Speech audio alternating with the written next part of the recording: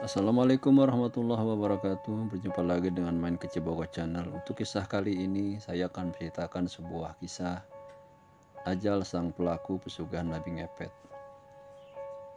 Mas, aku gak mau ngelakuin kayak gini lagi, ujar Dina sembari menangis.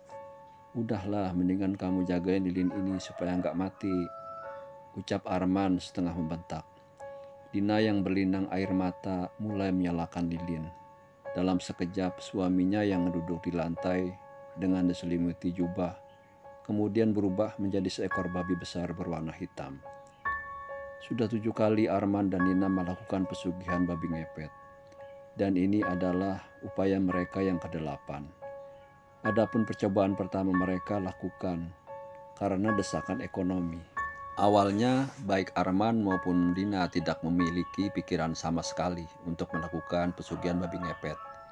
Dina sudah terbiasa mengurusi pekerjaan rumah, dan Arman bekerja di sebuah pabrik baterai yang berada di kota mereka tinggal. Semua berubah ketika goncangan ekonomi pada pabrik tempat Arman bekerja yang dampaknya adalah gelombang PHK besar-besaran. Arman yang saat itu sudah memiliki jabatan bagus harus tersapu bersama ratusan pekerja lainnya. Peristiwa menyedihkan ini membuat Arman harus luntang-lantung mencari pekerjaan lain. Ia sudah mengirimkan lamaran ke 5 perusahaan berbeda, tapi tidak ada satupun yang membalas. Pria itu berasumsi bahwa penolakan yang terjadi dalam upayanya mencari pekerjaan diakibatkan oleh usianya yang hampir menginjak 45 tahun. Uang pesangon pun tidak mereka manfaatkan dengan baik. Baik Arman maupun Dina merasa tidak memiliki kemampuan untuk mengelola bisnis, sehingga mereka memilih untuk menyimpannya, berharap ada peluang bisnis yang cocok untuk mereka pekerjakan. Nasib berkata lain. Uang pesangon mereka yang semakin menipis tidak diiringi dengan usaha mereka untuk mendirikan sebuah bisnis. Arman dan Dina malah menggunakannya untuk membeli barang elektronik, juga perabotan rumah tangga. Arman sebenarnya sempat mencicil sepeda motor yang ia gunakan untuk bekerja sebagai ojek. Tapi penghasilannya tersebut tidak dapat menutupi kebutuhan keluarganya. Sehingga motor tersebut harus ditarik lagi karena putusnya uang cicilan. Sebagai kepala keluarga, Arman bingung melihat keadaan perekonomiannya yang kian memburuk. Semua itu diperparah dengan anak semata wayangnya, Hilman. Sebentar lagi duduk di bangku SMP yang dimana memerlukan biaya.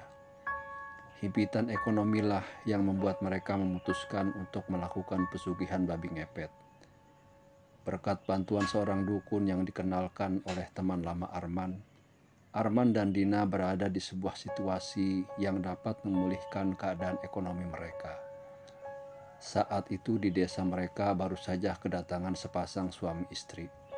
Sang suami adalah pensiunan tentara dan sang istri seorang wirausaha yang menjual busana muslim. Arman dan Dina menjadikan mereka sasaran pertama karena asumsi bahwa orang baru tidak tahu apa-apa tentang tempat tinggal mereka. Ternyata benar saja, upaya pertama mereka tidak sesulit yang mereka pikirkan. Dalam waktu kurang dari 3 jam, mereka bisa mendapatkan hampir 10 juta rupiah dari hasil pasangan tua tersebut. Tidak ingin jatuh di lubang yang sama, Arman dan Dina sepakat untuk mempergunakan uang haram tersebut untuk membuka warung sembako. Sisanya untuk ditabung. Semenjak pesugihan pertama, keuangan mereka berangsur membaik. Hilman dapat bersekolah dengan tenang, dan pemasukan dari toko kelontong selalu bisa diandalkan setiap bulan. Hanya saja kedua hal itu tidak membuat Arman berhenti untuk melakukan pekerjaan setan itu. Sebelumnya mereka sepakat bahwa mereka akan berhenti ketika keadaan mereka membaik.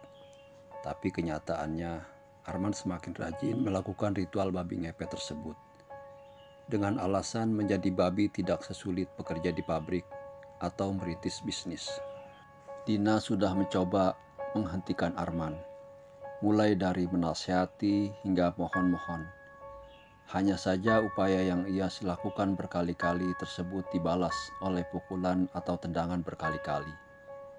Tak jarang Dina menjaga temaran lilin dengan keadaan berlinang air mata seperti malam ini. Ia sudah tidak tahan dengan perlakuan Arman terhadapnya, meski ia sungguh menyayangi keluarga kecil itu. Arman tiba di rumah sasaran, rumah Ibu Jamilah. Ia mengincar rumah tersebut karena baru genap 2 bulan ia ditinggal wafat oleh suaminya. Tanpa seorang anak, hanya seorang asisten rumah tangga yang setia.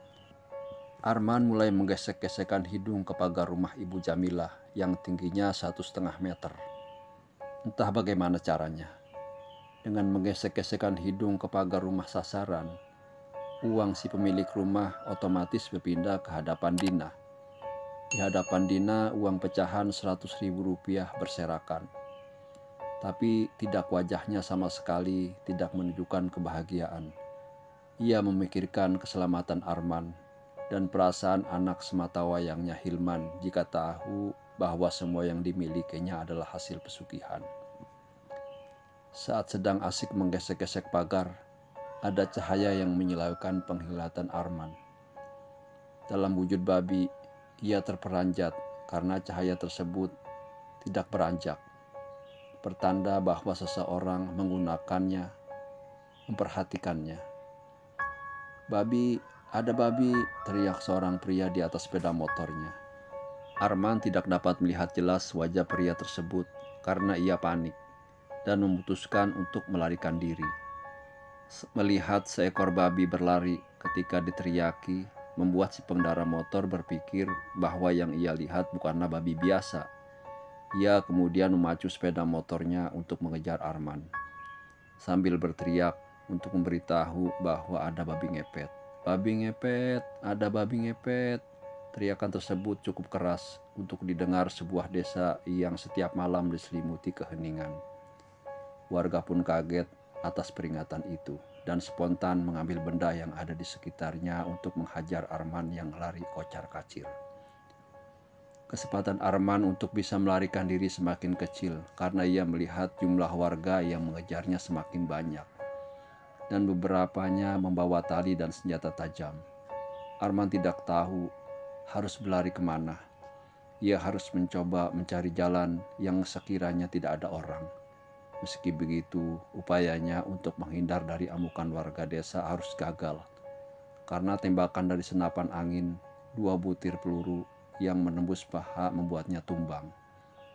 Dalam wujud babi, Arman diikat dengan keadaan babak belur, lalu diarak menuju kantor kepala desa. Apa yang Arman lihat sekarang, ini mungkin adalah waktu-waktu terakhirnya.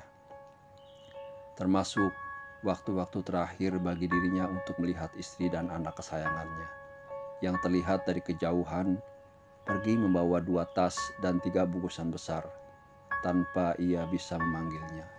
Sekian, terima kasih. Itulah kehidupan di dunia. Seperti kita meminum air laut, semakin diminum semakin haus kita rasakan. Assalamualaikum warahmatullahi wabarakatuh.